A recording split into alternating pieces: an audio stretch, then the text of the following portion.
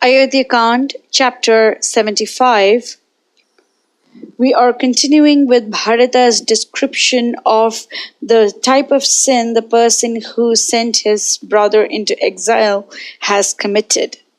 So far, we have seen 30 different symptoms.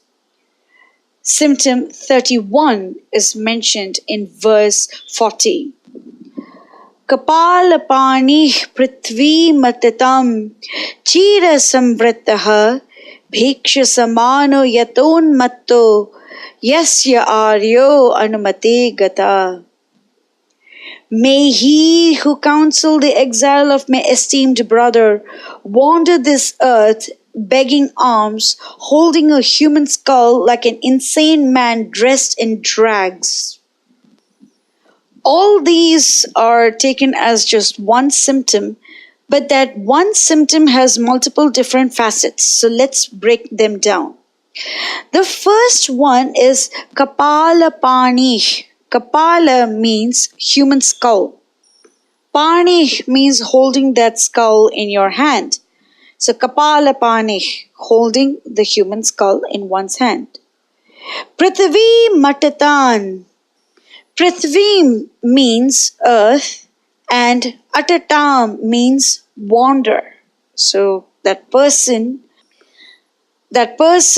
holds the skull in his hand and wanders this earth. But how is he dressed? Chira sanvrataha. This means covered in rags.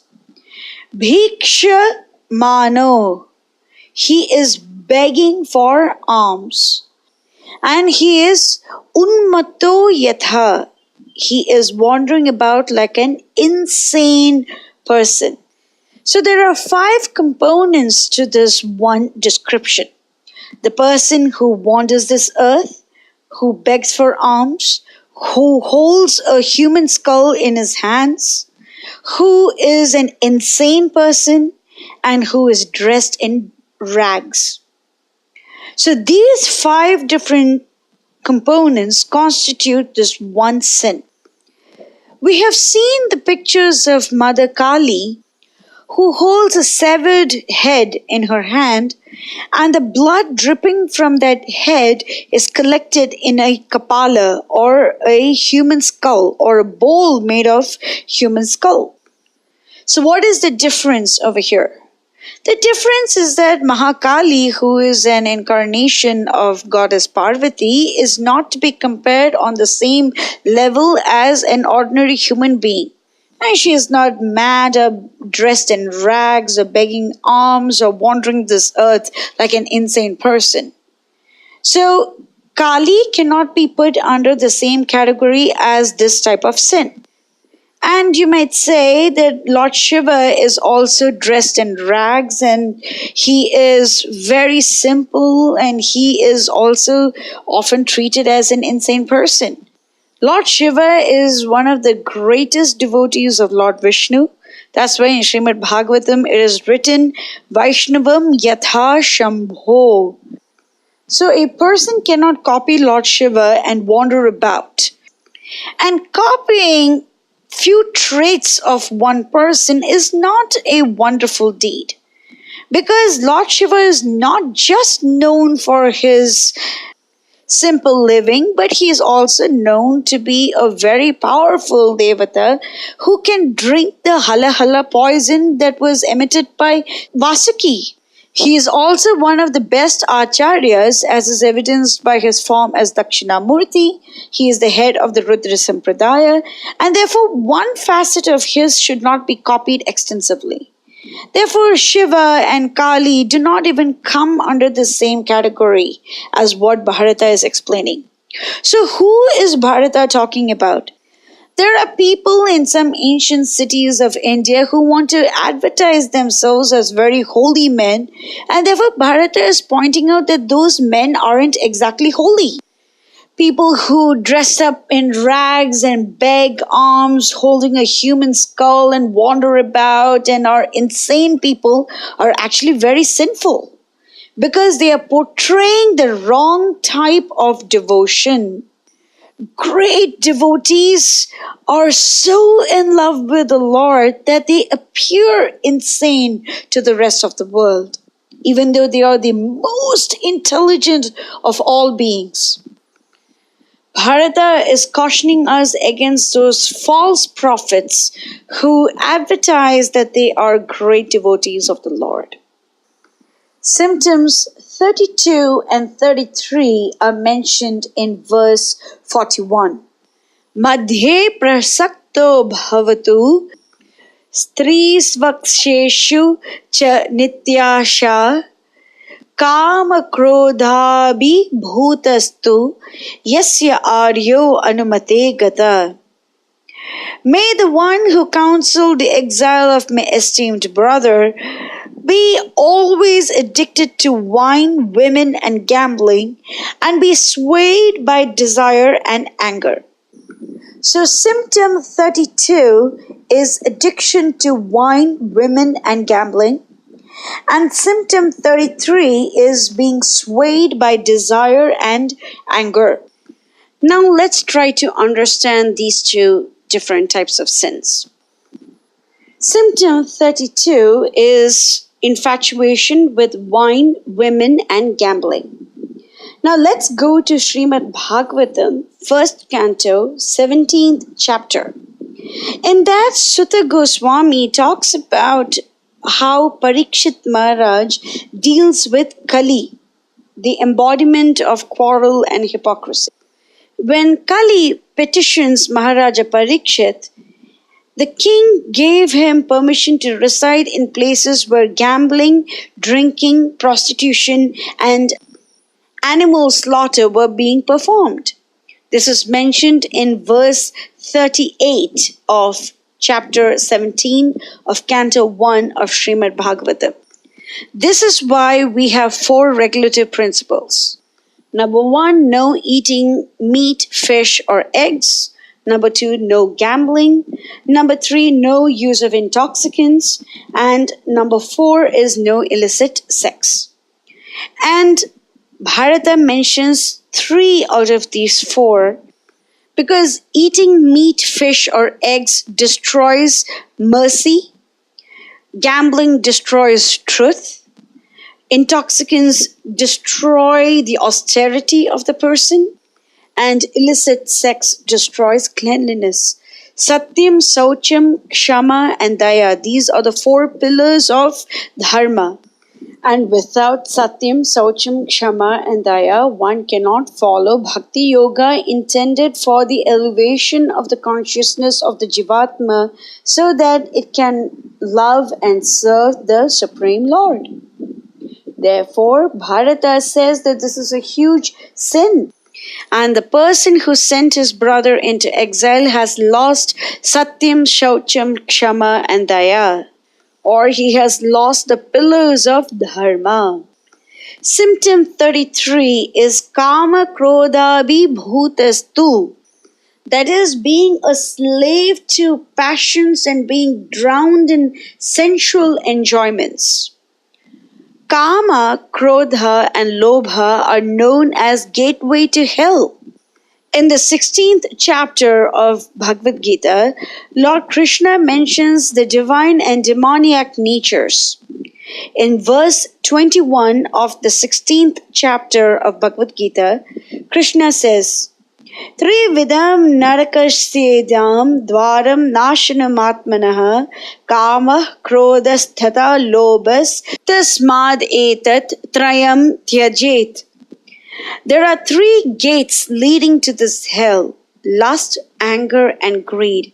Every sane man should give these up, for they lead to the degradation of the soul. So not only are Kama, Krodha, and Lobhas 3 gates leading to hell, but they also cause Nashanam Atmana, the degradation of the soul. Kama, Krodha, and Lobha are symptoms of demoniac lives.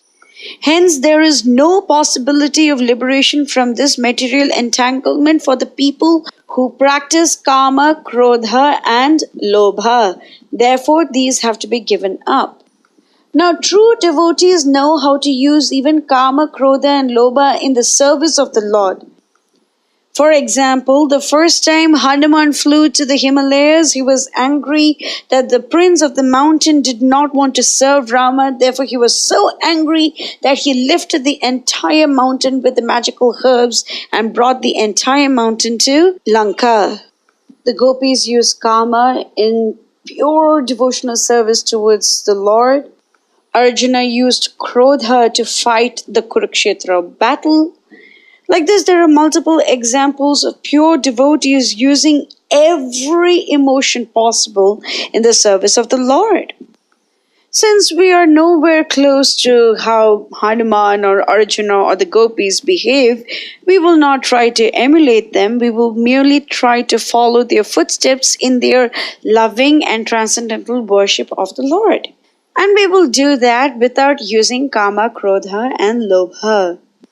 Anyway, Bharata says that the person who conspired to send his brother into exile has basically degraded his soul. Symptoms 34 and 35 are mentioned in verse 42.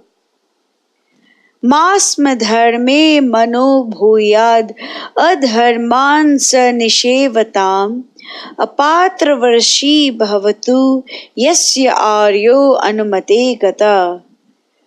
May the mind of that man who counseled the exile of my esteemed brother not be established in virtue. May he practice unrighteousness and confer charity on the unworthy. So, symptom 34 is that the person is not established in virtue and practice unrighteousness. Symptom 35 is that he conferred charity on the unworthy. Now, let us break these two.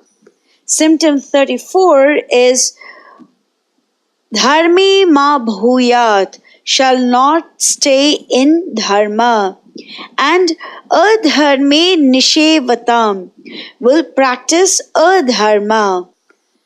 Rama is the embodiment of all dharma, and therefore if that person does not follow dharma, that means that the person is not following Rama's instructions.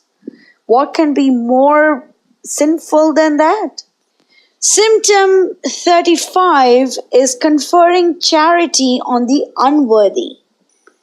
In Bhagavad Gita, Krishna talks about the three different types of charity. Charity given in the mode of goodness, in the mode of passion, and in the mode of ignorance.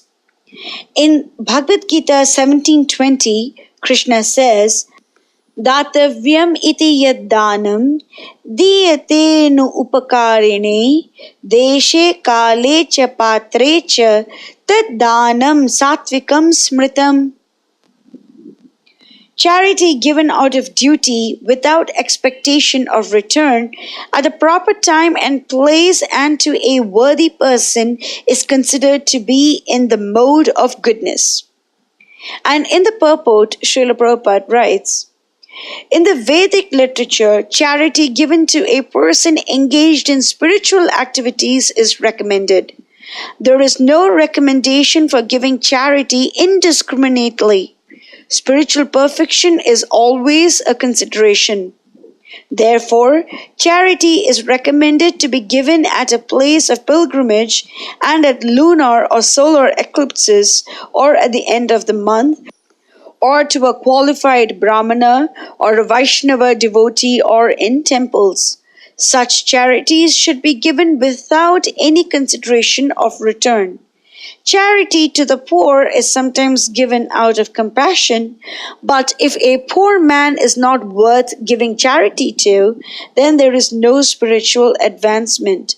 In other words, indiscriminate charity is not recommended in the Vedic literature.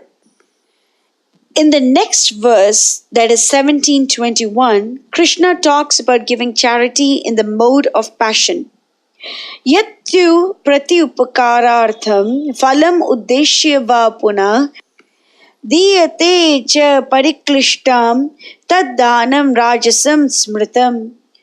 But charity performed with the expectation of some return, or with the desire of fruitive results, or in a grudging mood, is said to be charity in the mode of passion.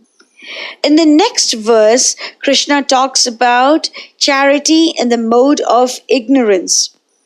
Adeshakale yaddanam apatrebhyascha diyate asatkritam avajñatam tat tamasam udahritam. And charity performed at an impure place, at an improper time, to unworthy persons, or without proper attention and respect, is said to be in the mode of ignorance. So, of these three, only charity in the mode of goodness is recommended, because you're giving it to a worthy person at a proper time and place and circumstance. And Bharata says that the person who conspired to send his brother into exile has committed the sin of either giving charity in the mode of ignorance or charity in the mode of passion, both of which are not recommended by our Vedic literature. Only charity in the mode of goodness is recommended because there is a need for spiritual advancement.